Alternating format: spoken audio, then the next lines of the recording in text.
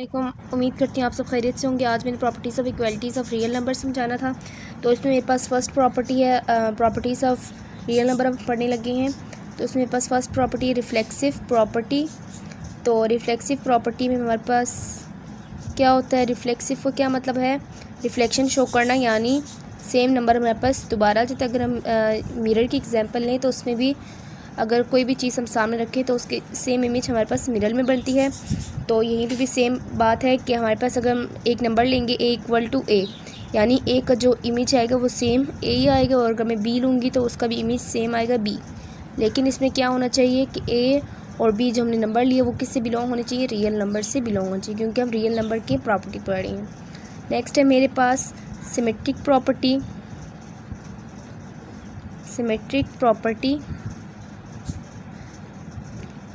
तो स्टूडेंट्स इस प्रॉपर्टी में क्या होता है, जो हमारे पास a अगर वैल्यू हो तो if a equal to b, कि हमारे पास अगर a b के बराबर होगा तो जब हम लोग इसको दूसरी तरह से हम इसको क्या लिख सकते हैं, b इक्वल टू a। ये हमारे पास क्या है, सिमेट्रिक प्रॉपर्टी है for all a and b belongs to real number.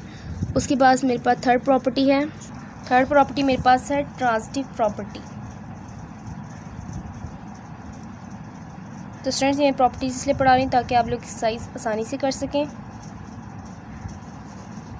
Transitive property में क्या होता है कि अगर if a equal to b, अगर a b के बराबर है और b c के बराबर है and b equal to c। इसकी मैं अब आपको एग्जांपल बताती हूँ कि मैं a को लेती हूँ टू a, हमने क्या कहा हुआ है, a b के बराबर है, यानी a की जो वैल्यू होगी वो b भी होगी, b की भी वैल्यू होगी, और b हमारे पास क्या है, b इक्वल टू c।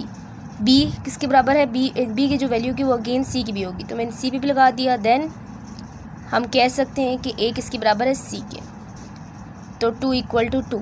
तो ये एग्जांपल मैंने आपको समझाई है कि अगर a b के बराबर है और b c के बराबर है, a को हमने b ले लिया है और b की सेम वैल्यू c में पुट करेंगे तो हमारे पास a b c के बराबर आएगा। तो इसमें क्या लिखेंगे, for all a b c belongs to real number. उसके बाद मेरे पास है एडिटिव प्रॉपर्टी। फोर्थ है मेरे पास एडिटिव प्रॉपर्टी।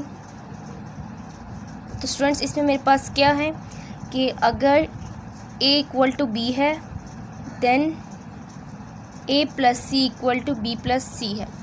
अगर मेरे पास a b के बराबर है, मैं ले लेती हूँ a इसमें 4, थोड़ा सा चेंज लेती हूँ मैं, और b को भी 4 ले लेती हूँ, क्योंकि a और b बराबर हैं तो यहाँ पे मैं 4 पुट करूँगी, और c की जगह मैं 2 पुट कर लेती हूँ, और यहाँ पे मैं b की जगह 4 पुट कर रही हूँ क्योंकि a और b बराबर हैं, और c की जगह अगेन सेम टर्म यानी 2 पुट करूँगी, तो 6 इक्वल टू 6। ये हमें क्या बता रहा है, ये एडिटिव प्रॉपर्टी है, और इस तरह हमारा ये आंसर भी इक्वल आता है। और नेक्स्ट मेरे पास है मल्टीप्लिकेटिव प्रॉपर्टी। तो स्टूडेंट जैसे कि आपको नाम से पता चल रहा है कि यहाँ पे हमारे पास वैल्यूज़ क्या होंगी, सिंपली मल्टीप्लाई होंगी। तो स्टूडेंट्स हम लोग यहाँ पे लिखते हैं इफ़, इसमें भी सेम बात लिखेंगे जो हमने एडिटिव में लिखा है, बस इसमें साइन थोड़े चेंज करेंगे। a इक्वल टू b, यानी मैं a को ले लेती हूँ 4 के बराबर है, क्योंकि अगर हम a की वैल्यू 4 ले रही तो b भी वही होगी, तो फिर a c equal to b c। a की जगह मैं 4 रख लेती हूँ और c की जगह मैं 1 रख लेती हूँ, और b की जगह में अगेन सेम टर्म यानी a की टर्म्स रख लेती हूँ, वो 4 है, और c की जगह 1, तो 4 इक्वल टू 4। ये मेरे पास कौन सी प्रॉपर्टी है, मल्टीप्लिकेटिव प्रॉपर्टी, दोनों साइड मेरे पास इक्वल आ रही है। अब 6th मेरे पास है cancellation property. Cancellation property for addition. पहले हम एडिशन का पढ़ेंगे, देन हम सब्ट्रैक्शन मल्टीप्लिकेशन का पढ़ेंगे। तो एडिशन के लिए कैंसिलेशन प्रॉपर्टी कौन सी होती है, if a plus c equal to b plus c, यहाँ पे इक्वल का साइन नहीं है, अगर a plus c b plus c के बराबर है then a equal to b। तो स्टूडेंट्स ये कैसे हम लोग बताते हैं अब, तो इस पर हमारे पास a मेरे पास मैं ले लेती हूँ 7 ले लेती हूँ, 7 प्लस c की जगह 3, और b की जगह मैं क्या लूँगी 4, नहीं यहाँ पे मेरे पास है a equal to a plus b। हमारे पास दोनों जो टर्म आएंगी वो दोनों इक्वल आने चाहिए, तो फिर हमारे पास a और b इसका मतलब है इक्वल है, तो यहाँ पे मैं b की टर्म यूज़ नहीं करूँगी, ये मैं 3 लिख रही हूँ। ये मेरे पास 10 आया इक्वल टू, इसमें क्या ऐड करूँ उसको मैं देखना है अभी। तो देन हमारे पास ए इक्वल टू बी आएगा। ये मेरे पास कैसे आया है, ए इक्वल टू बी, हमने जो ए की टर्म लेनी है वो मेरे पास बी के बराबर भी आएगी। तो इसको मैं आपको करके बताती हूँ। ये मेरे पास मैं लिख देती हूँ 7 ए की जगह, तो 7 + 3 मेरे पास अगेन 10 आ रहा है जो कि दूसरी साइड के बराबर है।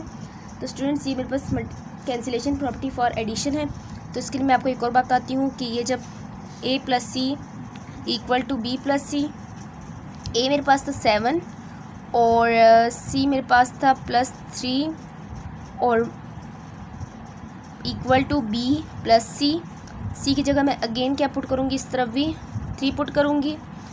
जब मैं 7 + 3 को इस तरफ लाऊंगी तो -3 हो जाएगा, लेफ्ट साइड पे लाऊंगी तो इक्वल टू b हो जाएगा और ये दोनों कैंसिल हो जाएंगे। 7 इक्वल टू b, इसका क्या मतलब है, b की वैल्यू हम 7 पुट करेंगे, इसलिए हमने यहाँ पे 7 पुट किया। अब नेक्स्ट है मेरे पास 7th property, cancellation property for multiplication. Cancellation तो मैंने आपको बताया था एक बार हम एडिशन से करेंगे, एक बार हम लोग मल्टीप्लिकेशन से सॉल्व करेंगे फॉर मल्टीप्लिकेशन। तो अब मैं आपको बताती हूँ इसमें हमने क्या करना है कि इसमें हमारे पास if AC equal to BC। तो स्टूडेंट्स आप लोगों ने पढ़ा था कि जो सेम टर्म्स होते हैं उनको हम लोग कैंसिल कर देते हैं। तो मैं इसको इससे डिवाइड करूँगी इस तरह, तो ये दूसरे से कैंसिल हो रहे हैं। A इक्वल टू B आ गया। तो इसमें हम लोगों ने क्या करना है, हम लोग यहाँ पे बोलेंगे A में क्या ले लेती हूँ, A ले लेती हूँ 2, C ले लेती हूँ 3 इक्वल टू, ये मेरे पास क्या है B और C, B की जगह B रखूँगी, B की वैल्यू भी मैंने नहीं लगाई, A को लगा लिया मैंने, B की नहीं लगाई। तो C में क्या लगाऊंगी, C में अगेन 3 लगाऊंगी। तो ये पास 6 इक्वल टू 3 भी आ रहा है। जब 3 को मैं 6 से डिवाइड करूंगी, 3 को 6 से डिवाइड करूंगी तो मेरे पास क्या आ जाएगा, 2 आ जाएगा।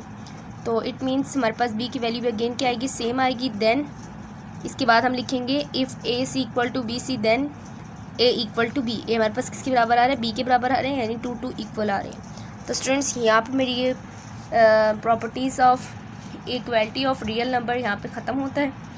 अब मैं नेक्स्ट लेक्चर में आप लोगों को properties of inequalities of real number समझाऊंगी।